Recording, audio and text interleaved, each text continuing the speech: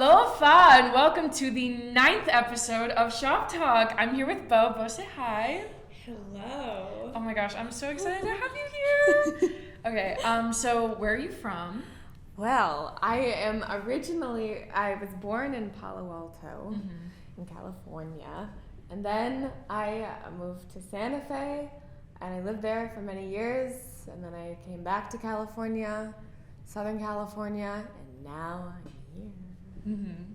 Yeah, I'm from California too. That's crazy. I didn't know that. So today, the two of us, while we're recording, are going to be making little people out of clay. Yes, we are. You have a gallery on the 12th floor called the Tiny Gallery. And you've said in the past that you like to make tiny things. Where does that love for tiny art come from? Just like any child, I feel like my sister and I, who's 2.5 years younger than I am, we would just kind of make little things out of paper. And we made a lot of tiny little pop-up books, and let's see. When I was growing up in Santa Fe, New Mexico, there were a lot of little niches in walls where there would be little kind of nativity scenes and little saints, and I've always loved that. I used to think that they were fairies, and maybe I still do. Yeah, I just love tiny. We would also build a lot of fairy houses. I love precious small things and small scales, and yeah. How did the Tiny Gallery come to fruition? I had been working and making things for the floor and stuff, and Itai proposed it, and I was like, oh my goodness, yes, that's so up my alley, and yeah, and I set to work pretty immediately. It's been pretty successful. You've had 4 different galleries at this point? Yes. Yeah. Little exhibitions. Yeah. And I don't know what it's going to happen after I graduate, but maybe some passionate soul is going to commandeer it and become the new curator. I hope so. You've made pieces in many different mediums, ranging from digital 3D to clay models, drawings, and even wearable pieces. Which of these mediums do you prefer, or do you feel like your art can't be defined in one specific medium? I feel like it's kind of pretentious of me to say that my art can't be defined in one specific medium, but I kind of just love working with all different materials. And seeing how each material wants to be treated, and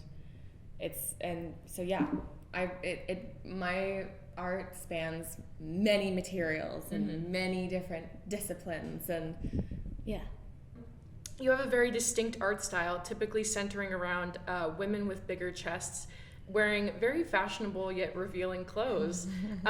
What draws you to creating that kind of art specifically? I have made characters since I was a very little girl, and I was deeply obsessed with Lady Gaga as in early elementary school, and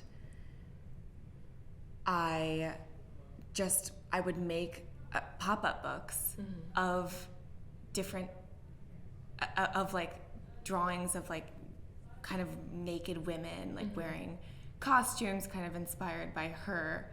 And I think nudity has always been a very, very uncomfortable thing for me. I grew up around a lot of women and kind of more, my mom was kind of a hippie, is kind of a hippie. She's, she is a hippie and she's not a hippie. She's just she's a free woman, and she has a bigger chest. And I grew up around a lot of women who are really comfortable with nudity and would kind of just show their bodies to the world, whether that was in different hot spring kind of things that would be in Santa Fe. There's natural little ponds and stuff like that. And yeah, I think it's kind of ingrained in me, these different silhouettes, and I love them. No, because I think about it a lot. I'm why do I want to make these humongous rigid boobs? I think also a lot of it is from my deep love for drag and kind of manufacturing the human body and adding it and exaggerating it, and I think that's like the most beautiful thing.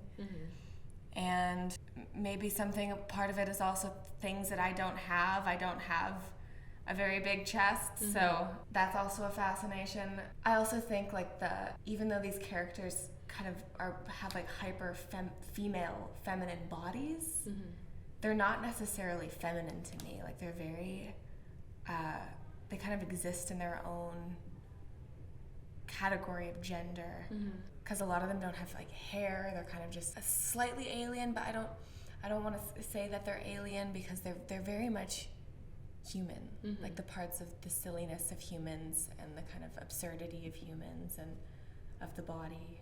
So that's my long answer. Yeah. Those are my speculations. I like that answer though. Being that you're a senior, I'm sure the topic of what to do after graduation comes up a lot. What would be your ideal situation as an artist after graduation?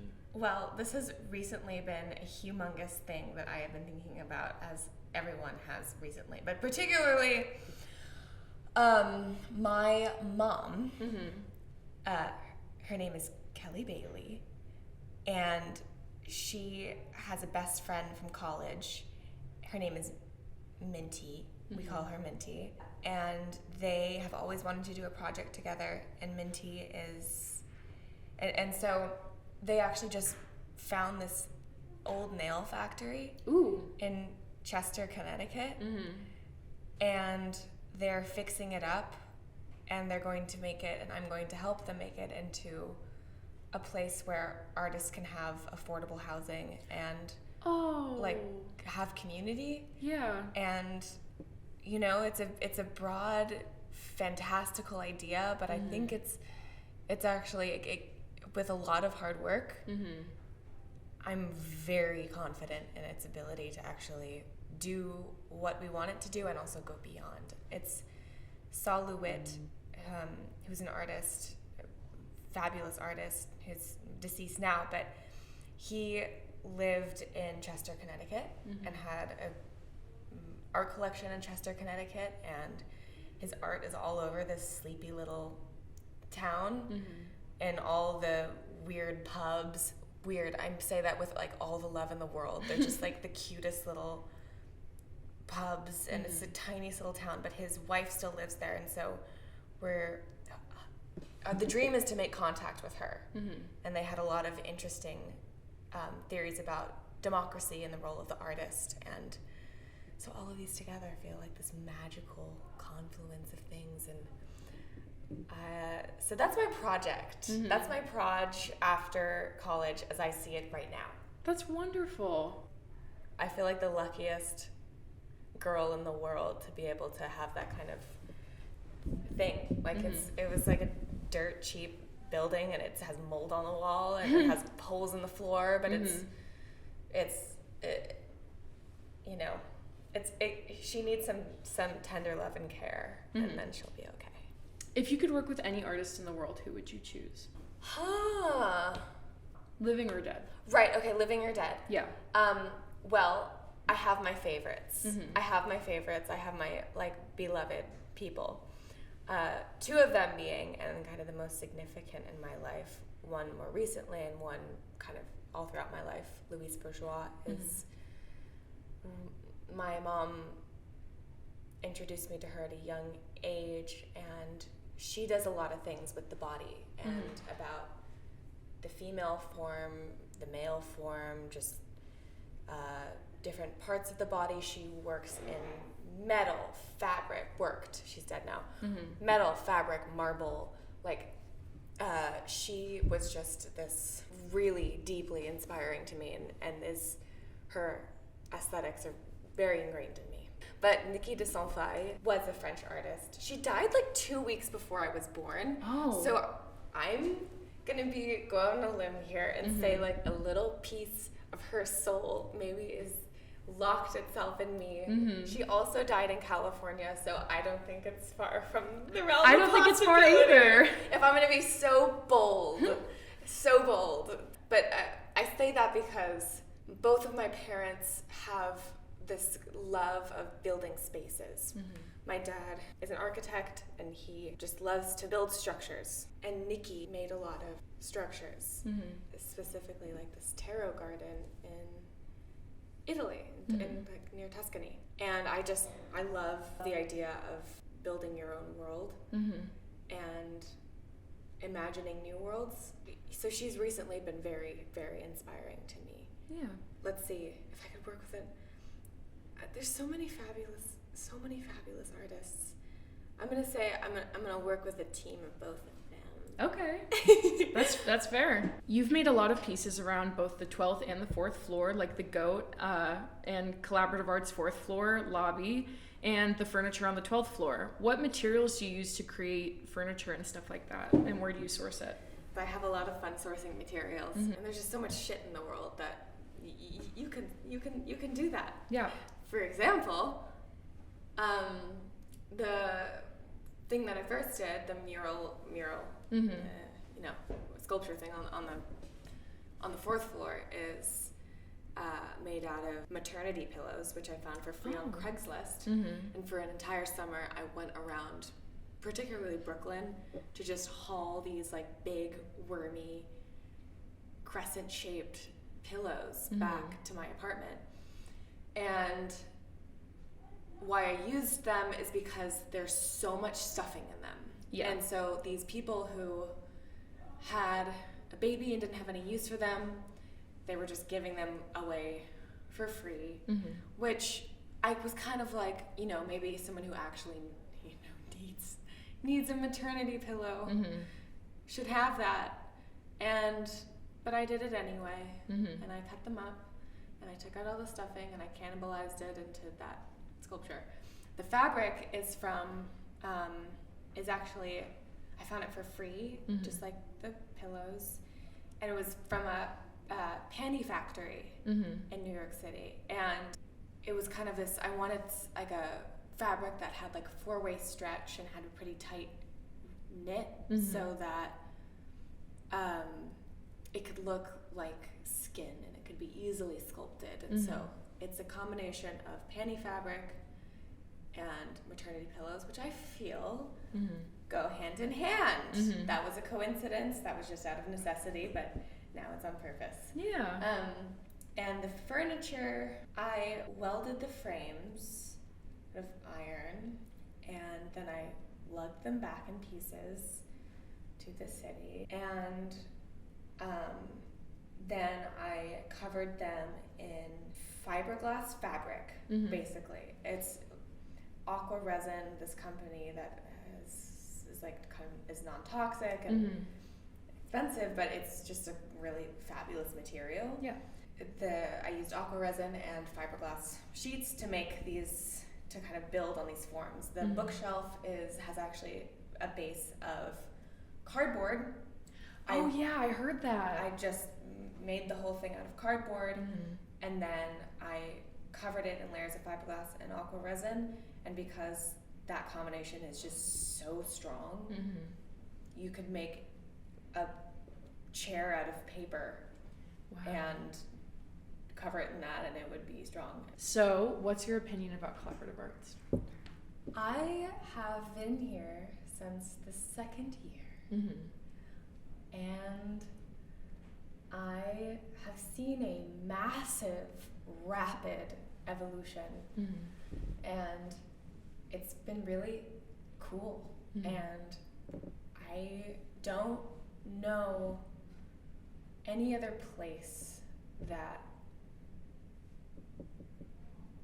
what we are doing here is being done anywhere else. And that's pretty cool, even though it's can be rough sometimes, because I think everyone's just kind of finding their feet and everything and falling into place. And I think that I really don't see a kind of interdisciplinary program like this anywhere else. I think that there's certain sensibilities here that are really unique and pretty cool.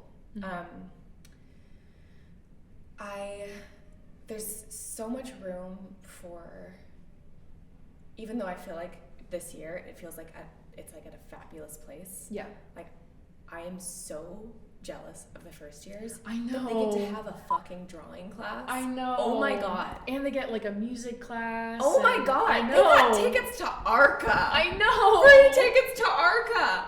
What?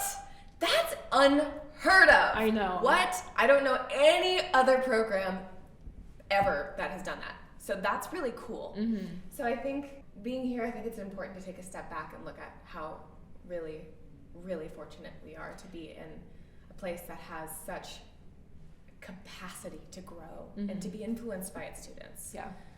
And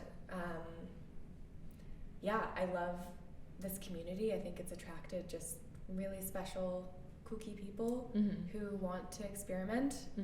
And I think in the world, I think that's really important for people to just be really willing to experiment with different ways of thinking, with just different materials, different ways of relating to one another and collaborating with each other. So overall, 2 thumbs up.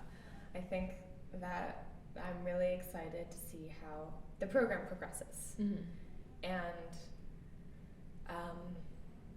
yeah, I think that the fact that it's now including a visual arts component is very much pushing Tish.